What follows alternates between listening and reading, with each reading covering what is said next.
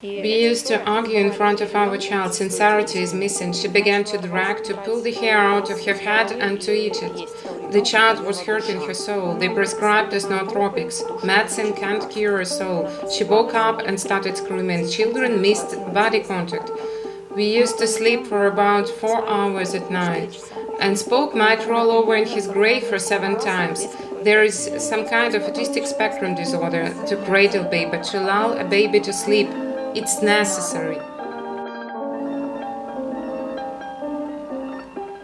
I'm beautiful.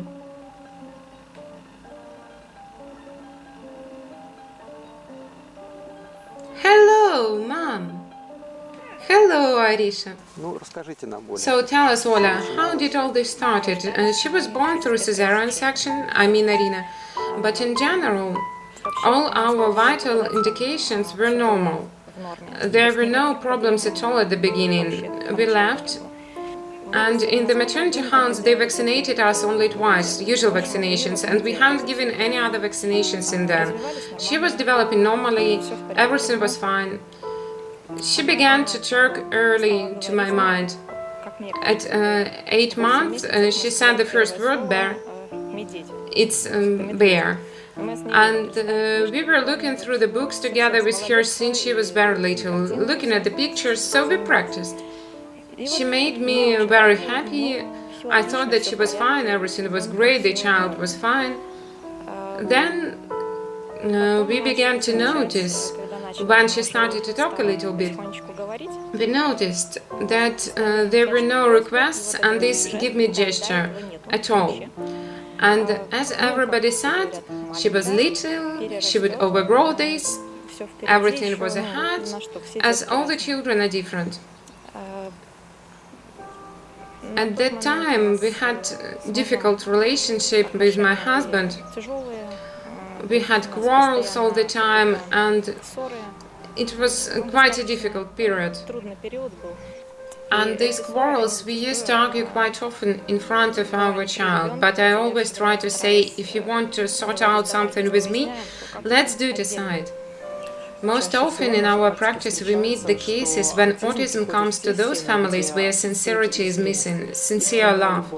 And exactly the children, with the help of their disease, are trying to bring back to their parents this sincerity between them, their relationship, and to change their attitude to their children, to their life, to everything. At some moment I began to notice that Arina could find a hair on the floor and take it to her mouth, or she could scratch her head, her fringe, and get a hair.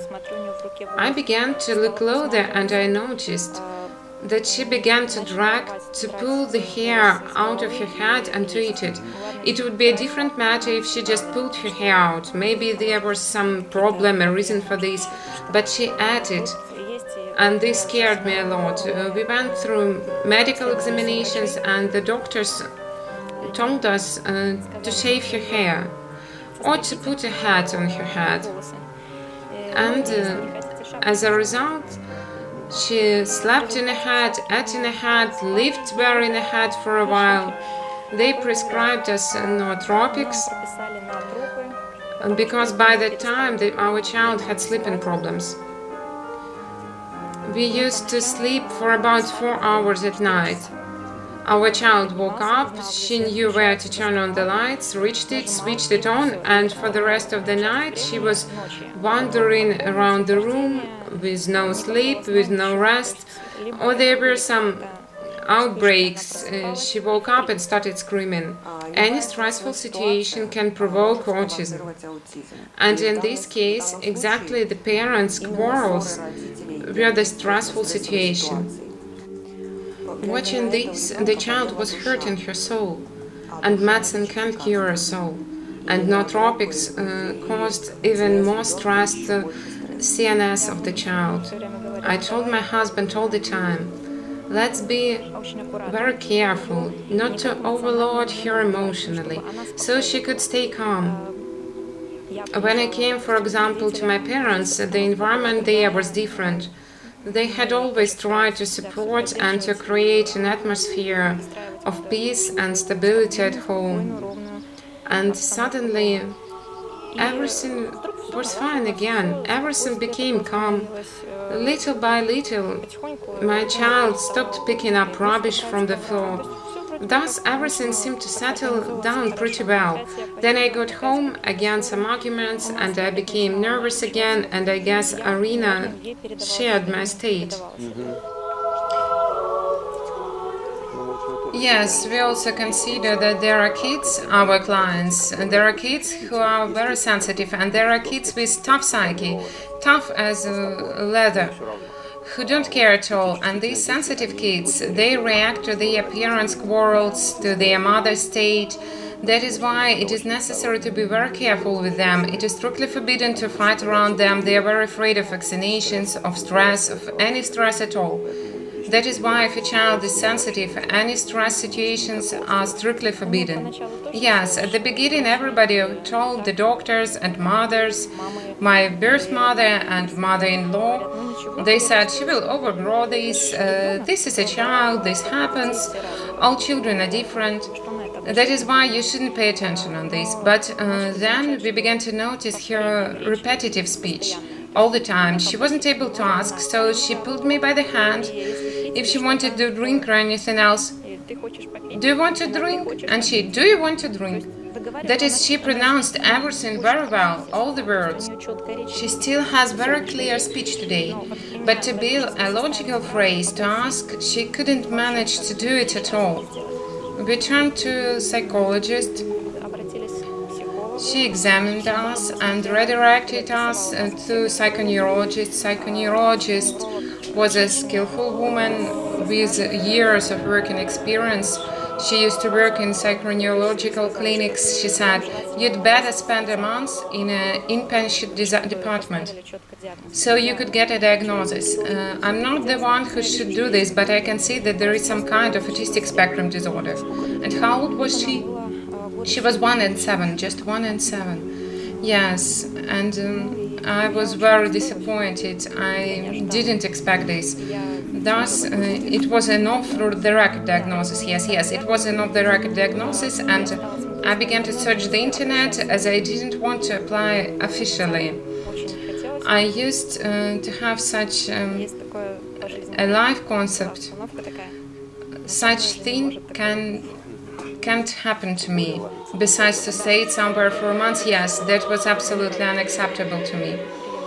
As to some bad moments, or steamings, if I can call them like this, Arina used to go around in circles. It didn't matter whether there was music on or not. She could go to the center of the room and start spinning. She looked aside and turned around her axis. There were some excrements problems, as I have noticed. This is always parents' pain. Yes, we also used to have it, and somehow she managed to find the moment when I wasn't there in the room, and then, surprise, Mom! But we gradually overcame this. We have never had troubles with potty chair. That is, she used the potty chair. She knew how to use it. We had taught her. But she used to have this exact peculiarity. Maybe it was her revolt. It was intentional, yes. She found exact moments for this. While falling asleep, and she still had this a little bit, she turns her head from side to side. She was doing this since she was little. At 1 year, at 1.5 years, the doctor said this could be her way to lull herself to sleep, or kids sometimes do this when they have toothache or headache. That is, it was impossible to say for sure. But not on a daily basis, yes, and it was every day. And she still has it by this day. We haven't worked this through till the end. We need to continue working on this. For a number of times we faced the cases when a little child was turning his head while falling asleep. And at first the mother said it was steaming or one of the forms of steaming. And you know, when we began to dig into this topic, to explore it through Infantiving, we suddenly found out that almost all the children who have such steaming had one peculiarity. their parents used to put their kids to bed separately, and these children missed the body contact. Even a mom carries her baby for a year, and a human gets home from the maternity house and puts his baby to the separate cradle, and this is normal, and doctors insist on this, and Spock might roll over in his grave for 7 times. Because of these teachings that a baby must sleep separately from his parents, that he must be brought up according to timetable, all this is wrong. A baby needs human warmth, physical, body warmth of his mother. This warmth is shared with love. This warmth transmits information about the safety and security of this world, that he feels comfortably and cozy, that he is needed and loved. These are the basic programs which are installed in the subconsciousness at once only through the physical contact. This first physical contact happens, and from now on every night the baby is developing because of feeling his mother's warmth by his side. I understand that it might be uncomfortable for the mother to sleep. In this case, you can put the baby to cradle later, but to cradle baby, to lull a baby to sleep, it's necessary. But to put a baby into a separate room and to come to him when you already see the fruits of his labor, especially his excrements or something else, this is an indicator that a child misses some body contact with his mother. They simply miss skin-to-skin contact. And what was next? How did you learn about infodiving? About infodiving, you know, when I realized that we really had such kind of problem, and that we needed to look for some remedy which doesn't exist yet, as it is written everywhere. And I was deeply convinced that I would find. It was impossible for me not to find it. And I guess that this inner state, that I would find it, I was looking everywhere. I was even attending psychoneurologists on a pain basis. We were trying hard. We visited massages and swimming pools, psychologists, but all this didn't really help us to progress. Something got better, something got worse, some backlashes, but in general, no. And then I suddenly heard my new acquaintances told me at my trainings that there was Natalia Zaitseva, and she was dealing with kids with autism, that she has a project. Try to check it. How old was Arina then? Arina was 3 years old, even 3.5, and that was it. That was how it started. Thus it was about a year ago, yes. Yes, even it was November, half of the year. And everything started from this. I watched almost everything there was about the kids in this in the free access, and I realized that I definitely had to try this variant. And frankly speaking, to say that we were thinking for too long, no. I had some savings for some purchases. I wanted to buy a bicycle or something else. I filled the application form immediately, sent it, and the most interesting, I wanted very much to receive the response as soon as possible. And besides, we had such a situation with my husband at the time. We even thought about a divorce. We had such a difficult time. And I went to my mother's home again, and I ordered a consultation, and I received the consultation right the next day, the response. What did you feel then? It was very interesting, you know, because initially, not knowing yet that the response was already in my mail, I noticed that Arina began to look into the eyes. She became more vivid. That is, before she didn't used to look into the eyes. She used to glance from time to time. It seemed that it was enough just to be around you. She just glanced and went on. And here she began to look with interest, as if she wanted to see the eyes in all the details. And the most important thing for the mother at that moment was to look directly into these eyes and to say from the heart, "I love you. I love you." Exactly at that moment, right after the working through, there was an access to the child's soul. the direct access from soul to soul. As for me, I had different interesting feelings. They were like flashbacks. I had a feeling that I had already experienced this state, but I couldn't recall what was going to happen next, but I already experienced this. And then I checked the mail, I saw the response, I watched all the consultation. And I had different feelings. Specific, I was excited and little nervous, but I observed that my child and myself, and I see that something is changing right at this moment. As to echolali, during a couple of weeks after the consultation, we began to forget about it, to forget that our child used to have it. She stopped turning around her axis. She doesn't almost do this now. It was also quickly, yes, but she used to do this from time to time when there was music on, or we already used to attend preschool group in the kindergarten, and when they danced, all the kids completed the movements correctly and she was just spinning. So she doesn't do it anymore, and little by little she began to use words. The only thing was that she started to talk, isn't she? As to talking, she has begun to pronounce more words, but I couldn't notice at once that she started to speak fluently. The most important moment was that the mother had to start working on herself, and it took me a lot of time. I couldn't understand for long where this chat was. Where should I knock or call? As soon as I found it, the serious work started, and Irina started to progress right away. And you began to communicate with the other moms, they gave you advices. Yes, I started to complete practices, and there was a progress right away. It was so obvious, incredible. She used to progress gradually, little by little, step by step, and then we went to the playground. My child saw the kids of her age. She came up to them, got interested, simply in a fluffy head, in a girl. She caressed her. It is a fluffy. You shouldn't eat it. You shouldn't eat it. And if it is fluffy, no, you can only caress your nose with something fluffy.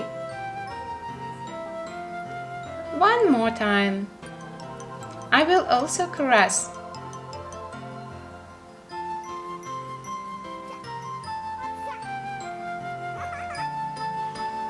And here I relaxed. I had a real relief, because this was happiness to see my child getting involved in life. She got interested at least in something. So, and this is how we have passed to the light side of existence. And which practices have turned out to be effective for you? There was a very effective practice to rewrite my own future. And it was so effective that even our relationship with my husband got back on track. Husbands don't always comprehend the importance of this moment, but when the things are on the edge and everything is hard and painful, and I showed it to him and said, I can show you how I see the future, our future, and if you want, you can read it. And he read it, and I think that a new page has started for us in the end, because we have begun to understand each other better and to listen to each other more. Although before we used to have an absolutely different scenario. Now I'm going to say the word karma. According to their karma, these guys had to go through a divorce. They had to break up. And Arisha, with her disease, had to grow up with her mother without a father. This was according to karma. But in life, when a person finishes consciously this scenario, this experience, the souls don't want to hurt each other anymore. They become aware of the reasons for having an ill child, the reason for having such a painful scenario. They want to play this game called life in a different way. They want to live in love and happiness, and then a different type of relationship start to develop. But to finish this, it is necessary to become aware of the reasons why it has come to one's life. And in case a person rewrites his future and begins to build his life consciously, to become aware, to reconsider the past for reprogramming the future, it is impossible to rewrite the future without rewriting the past. These processes are connected, and these processes begin to occur in the mother's subconsciousness, in the father's subconsciousness, and they recover. And we have never met the cases when the souls choose a divorce. The family always reunites, and then more kids are born. The happiness comes. Happiness comes from love, because we all want to play in love. We try to reach love, like butterfly, like a moth flying to the lamplight. And for some reason we can reach it only through pain, although we can just comprehend and simply love. And another practice, mirror. It helps me a lot even today. And in general, the radical forgiveness itself, questionnaires, all this should be done. The results become obvious right after completing this. All the practices, all the techniques lead to yourself, your real self. They lead to sincerity, without any mysticism, just sincerity. And this is all reflected in my child. That is a direct connection between a mother and her child. Direct connection, 100%, yes, sure. The way the mother feels, her child reflects this immediately. If I become nervous just a little bit, just in 15-20 minutes, I will be able to observe my child's reaction. That happens immediately at once. So she also becomes nervous, has stimmings. Yes, she doesn't have stimmings, but she becomes nervous. Looks at everybody over her shoulder. That means you shouldn't come up to her on no account. At the present moment, she talks much better, and they are friends with her cousins. They are brother and sister. They come to us. He is older and she is younger, so they are trying to interact, and they are of different age, and I observe what is better for her, to interact with older or younger kids. And I see that in both cases she finds something interesting. And I ask her, do you love your cousin? I do. And will you share your toys if it's necessary? I will give everything. And these words, they are wise. And we were leaving our grandparents' place, saying goodbye to each other, and she said, Grandpa, hold on, Mommy is waiting for me. That is, she used to have some tiny pieces of these, but it happened so rarely, and it was almost possible to count all the phrases she said. And we were so happy, and now she says one phrase after another, and we are so touched by this, that our child is opening some new vision, new feelings, and she notices everything, she plays, and I think that is going to be only better in the future. And you had only one consultation in November, didn't you? Yes, we had only one consultation. When do we have just one consultation? When we already have the access to the child's soul. And very often, like in the Arisha's case, we had some corrections. There was an X number of corrections. When we just contacted her soul, observed it, or when her soul came to us and we applied some small corrections. And it is a very important process, and it is very convenient for us to observe the children when they are mothers, communicate in the chat room, and then it is much easier for us to carry out a process, and effectiveness for our work is much higher. We just observe and learn, this kid needs this and this child needs that, and then our interaction really becomes much more resulting. The favorite child's toys are books. All this had started since her childhood. She chooses books by herself in the bookshop. If we choose the books for her, she doesn't look at them. And besides, she doesn't choose anything expensive. Just what is interesting for her, something about dinosaurs, animals. And so books are her favorite toys. And now there are some mild changes, soft toys. At 4-year age, the child is finally cuddling a soft toy for the first time. And before, she used to put plastic animals in a row. We had little models, and these were lines or building bricks on top of each other. That's all. So these were her games, yes, and anything else.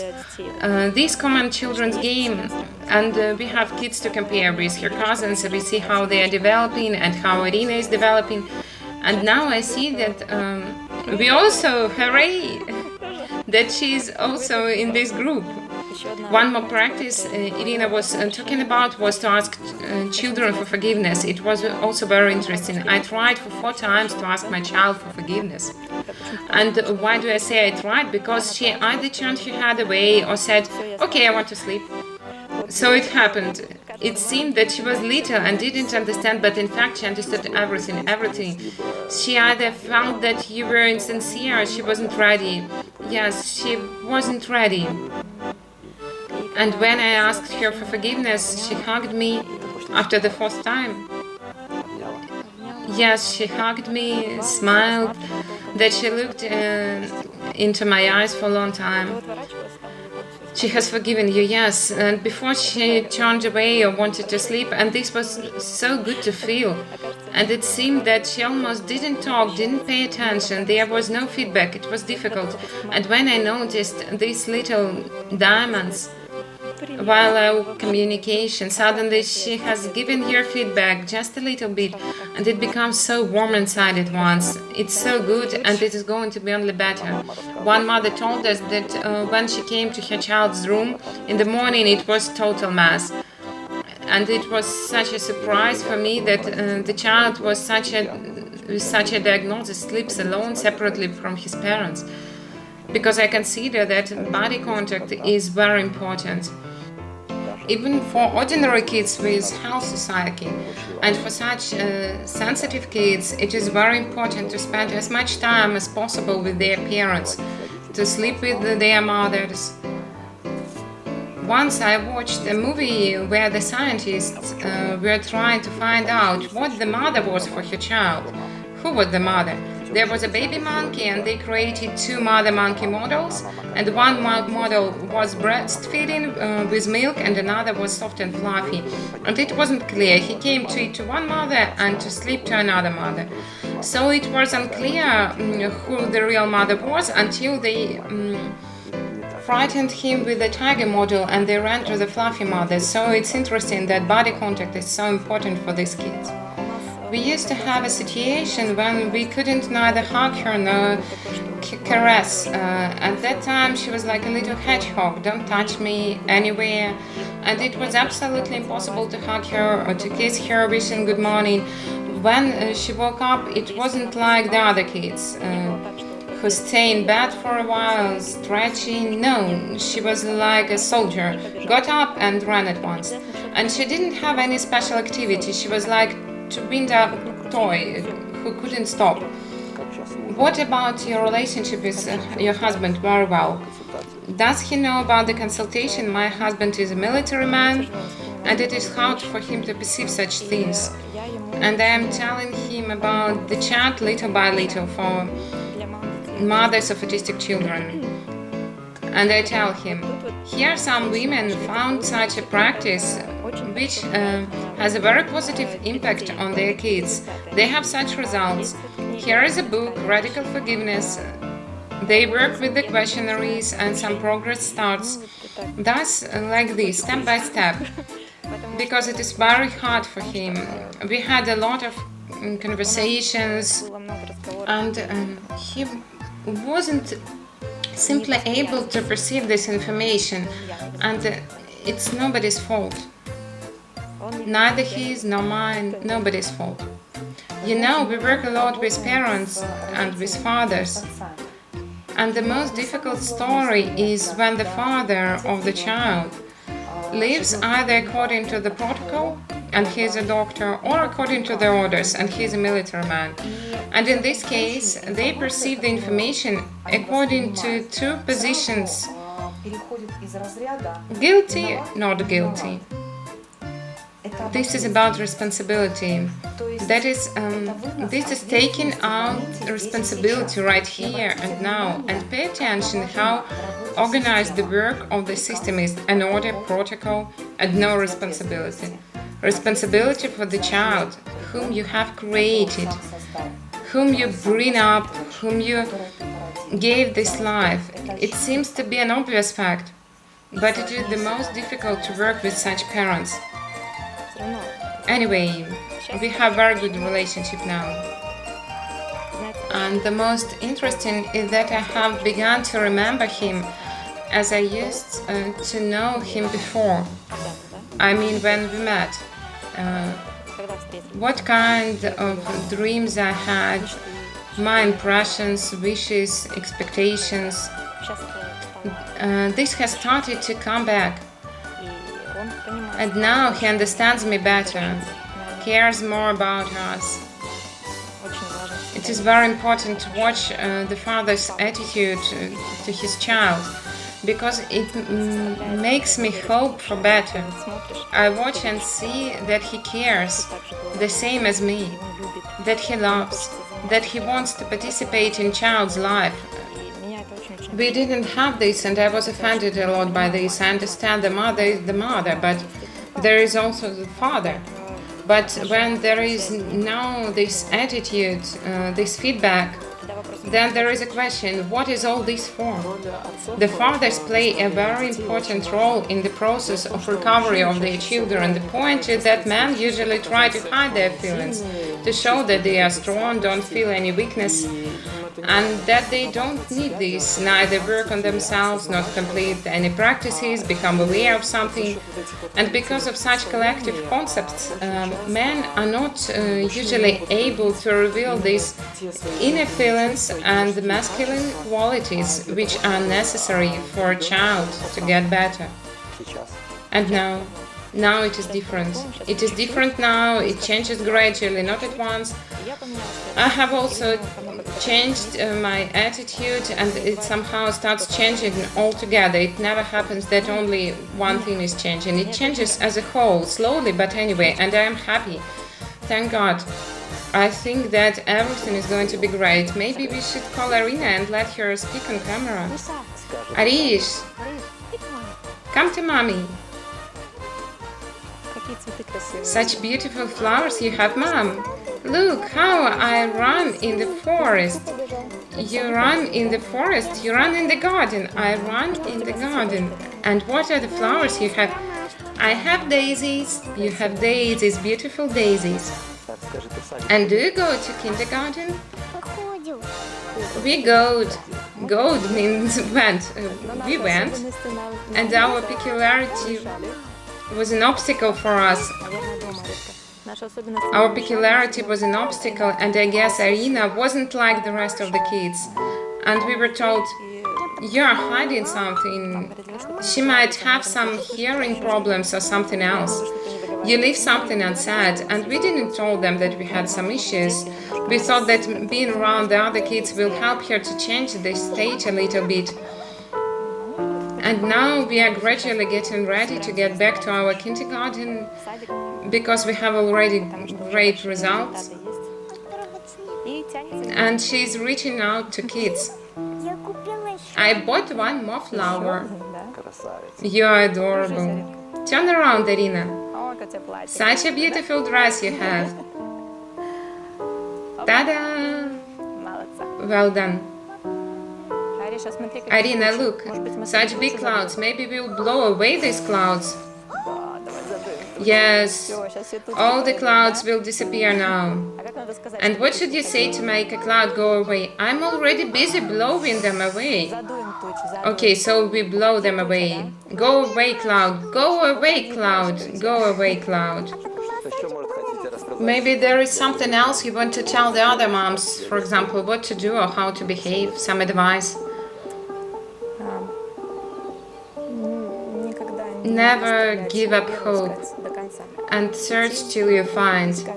It never happens that there is no decision. There is always a decision. There is always a decision. And what about the doctor state that there is gene damage? Bless you. If the genes are damaged, it is impossible to fix them. You know, I'm not a very religious person, but I believe that there is a true phrase, as your faith is, let it be done to you.